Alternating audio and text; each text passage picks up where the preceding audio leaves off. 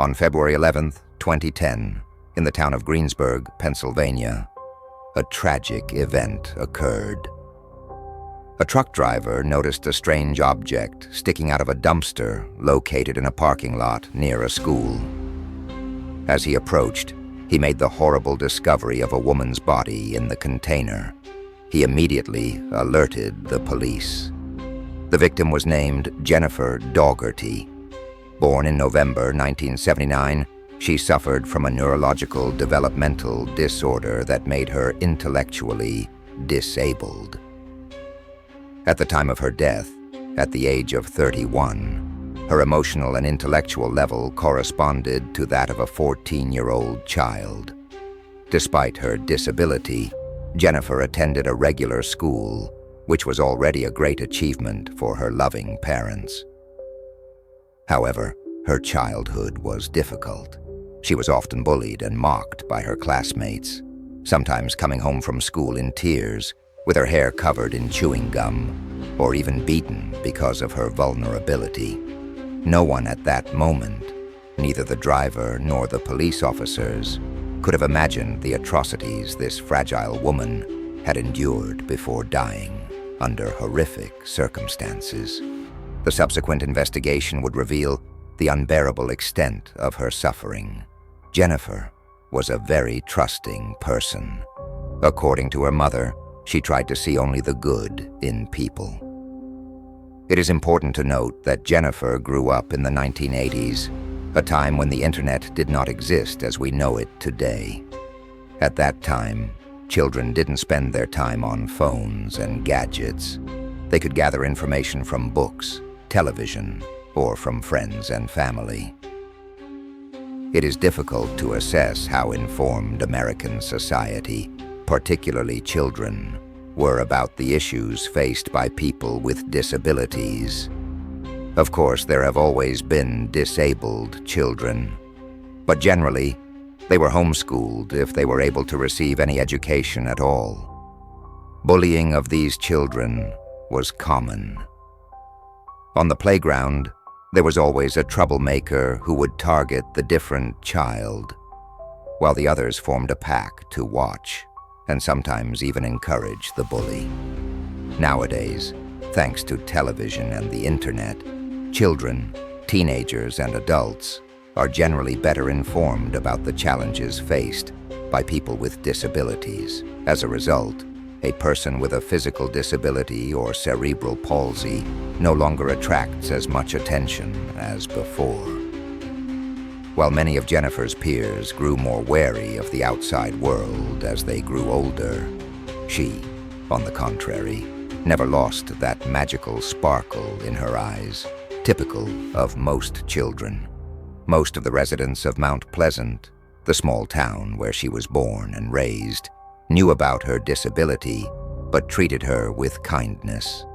Living in this small town, Jennifer surely believed that the rest of the world beyond her beloved town was filled with equally kind people. This is why her mother and sister, concerned for her safety, would always ask her who she was befriending. Nevertheless, her mother was a wise woman who did not overprotect her and did everything she could to ensure her daughter led a normal life. Shortly before the tragedy, Jennifer had told her that she had made new friends in Greensburg, a nearby town. There were 6 of them. Jennifer also informed her mother that she was going to Greensburg for a dentist appointment and to see her friends, and that she would return home the next day. Before leaving, she left a note for her mother with these words: "Mom, I hope you have a good day at work, and I love you very much. With love, Jennifer." Let's take a closer look at who these new friends were, who would later be called the Greensburg Six. Melvin Knight was 10 years younger than the victim. When Melvin was born, his father, a drug addict, was in prison. At the age of 5, Melvin suffered a traumatic brain injury after falling from a moving vehicle. Following this incident, he developed learning and socialization problems. Amber Madinger was 11 years younger than the victim. Amber met Melvin at a homeless shelter in Washington State. After gathering their belongings, they decided to set out on a cross-country journey together in search of a better life. In January 2010, Melvin and Amber ended up in Pennsylvania. Amber found housing in Greensburg through a friend named Ricky. It's mentioned in sources that Amber met Ricky in prison, though the exact circumstances of their meeting in prison remain unclear. Now, we turn to the third member of the six, Ricky Smearns. Ricky was 7 years younger than the victim and had a troubled childhood. His mother was a prostitute, and his father was a member of a Pittsburgh gang. His parents practically abandoned him at birth. The boy wandered from foster family to foster family, where, according to his own account, he suffered physical abuse. By age 6, he had started drinking beer, using cocaine, heroin, and marijuana. At 10 years old, he was diagnosed with post-traumatic stress disorder, PTSD. By then, he had already attended more than 100 therapy sessions. At age 11, he began his criminal career by burglarizing a neighbor's house. That same year, he committed a sexual assault on a woman, dragging her into the basement of her own home. Ricky was found, arrested, and incarcerated in a juvenile detention center. The imprisonment worsened his psychological issues. At one point, he claimed that 7 different personalities lived inside him. Ricky was in a relationship with Angela Marino, who was 13 years younger than the victim. At the age of 13, Angela was hit by a truck and suffered a traumatic brain injury. She started dating Ricky when she was 15. They didn't hide their relationship from others, fearing that Ricky might be charged with statutory rape. Among their acquaintances, Amber and Melvin were aware of their relationship. This is how the group involved in Jennifer's murder formed, which also included Eggie Miller, 13 years younger than the victim, and Robert Loren Masters, Jr., who was 14 years older, being 30 at the time of the crime. Jennifer met these individuals in the following way. During one of her trips to Greensburg, she encountered Angela at a bus stop. They started a conversation and discovered they had many common interests. After parting ways, they continued to stay in touch. They stayed in touch, talking for hours on the phone. The more Jennifer visited the nearby town, the more often she saw Angela. In turn, Angela introduced Jennifer to her friends. On the morning of February 10th, Jennifer packed a travel bag and posted a message on her MySpace profile saying, "It's time to start over, make new friends, and fear nothing." She then wrote the note to her mother, which we've already mentioned, saying she would return the next day after lunch. In her letter, Jennifer left her friend's contact information in case of an emergency. Her stepfather drove her to the bus station. After kissing him on the cheek, she said goodbye and boarded the bus. The forensic expert who examined the body noted that the victim had been tortured before being murdered, receiving several stab wounds. No one in the Daugherty family could believe that Jennifer's new friends could be involved in such a horrific crime. The family was convinced that Jennifer had fallen into the hands of a killer on her way to meet her friend. Investigators obtained the address of Jennifer's friend from her parents and went to Angela's house. Angela refused to testify, but Amber confessed. It's worth noting that the investigation practically solved the case on the spot, as the criminals, as you might imagine, weren't very clever. Amber explained that Jennifer had indeed arrived at the house and that she welcomed her at the door. When Jennifer entered, Angela locked the door behind her. That's when the true nightmare began for Jennifer. The so-called Greensburg Six, these 6 supposed friends, surrounded her and began tormenting her. The situation escalated immediately. First, they snatched Jennifer's purse, taking all her money and her phone. Then they started pouring random liquids into her bag: lemonade, alcoholic drinks, nail polish, liquid soap. Soon after, the physical violence began.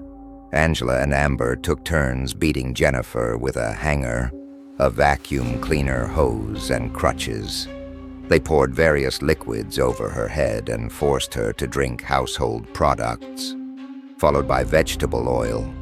In the most degrading and horrific part of the abuse, they forced Jennifer to drink urine and eat feces.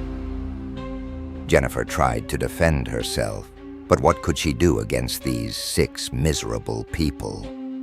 At one point, she managed to hit Amber in the stomach, which sent Amber into a wild rage, screaming that she was pregnant. In response, they tied Jennifer's hands with Christmas decorations, rendering her unable to resist further. They then shaved her head and smeared her face. The unfortunate woman cried and begged the group to stop the torture. Melvin gagged her, stripped her completely, and raped her in front of the others. Afterward, he stated he needed to take a shower because he was covered in filth. Jennifer had only a brief respite before the next wave of violence and abuse began. Then, the Greensburg 6 faced a choice: release their humiliated victim, hoping she wouldn't tell anyone about the horrors she had endured, or kill her to eliminate the witness for good. They made this decision in Jennifer's presence, as she pleaded for her life. However, the gang members knew it would be too risky to leave a witness alive. On the morning of February 11th, Jennifer's fate was sealed. All 6 members of the group unanimously voted for her murder. The only question left was how to carry it out. They forced their captive to write a farewell letter, hoping the police would believe it was a suicide. None of them seemed concerned about the visible bruises and wounds on Jennifer's body, or the fact that a self-inflicted stabbing wouldn't result in a body being dumped in a trash bin. When Jennifer finished her letter, Ricky handed a knife to Melvin, signaling him to deliver the fatal blow. Melvin hesitated, as taking a life is not so simple. These monsters then decided to drug Jennifer with sleeping pills mixed into her food. Once she fell asleep, Melvin stabbed her 3 times in the chest and once in the throat. But even that was not enough to satisfy the killer's thirst for cruelty. I will return to the motive of the crime later, but the abuse didn't stop with her death. They wrapped Jennifer's lifeless body again in Christmas lights. Angela remarked that the deceased would serve as a Christmas tree to decorate their room. To their disappointment, the lights did not turn on. Angela then slipped the farewell letter into Jennifer's back jeans pocket. They transported her body to a garbage container area near a school. If the truck driver hadn't found her, children would have likely made the horrific discovery. Investigators tried to understand what could have driven such savagery. One theory is that the crime was motivated by hatred toward the victim's mental disability. The group of 6 chose to target her, knowing full well she wouldn't be able to defend herself. Of course, even a healthy woman would have struggled against them. Looking at their faces, you can see that Jennifer's vulnerability gave them a twisted sense of superiority and impunity. According to another version, the murder was committed out of jealousy. Angela allegedly noticed that her new friend, Jennifer, seemed to be developing a romantic interest in her boyfriend, Ricky. Ricky was having sex with Angela whenever she wasn't around.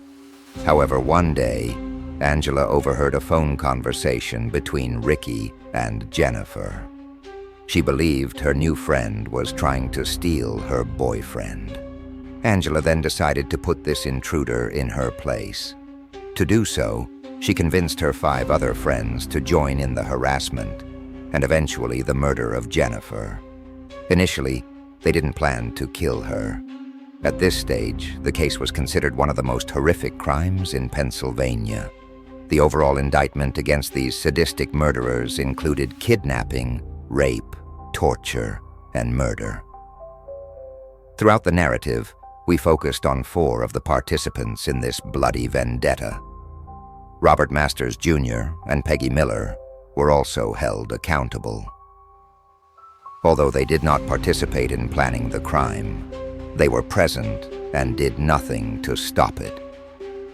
Furthermore, according to other gang members, Masters and Miller also voted for Jennifer's murder. During the trial, the defense attorneys attempted to argue that their clients were afraid to contradict Angela and Ricky. Amber quickly realized that to hope for any leniency, she needed to plead guilty to all charges. Amber claimed that the responsibility for organizing the torture and subsequent murder of Jennifer rested entirely with Angela. According to Amber, it was Angela who devised the plan and directed the operations. The court did acknowledge that Angela was the mastermind behind the crime. All 6 defendants admitted their involvement in the case.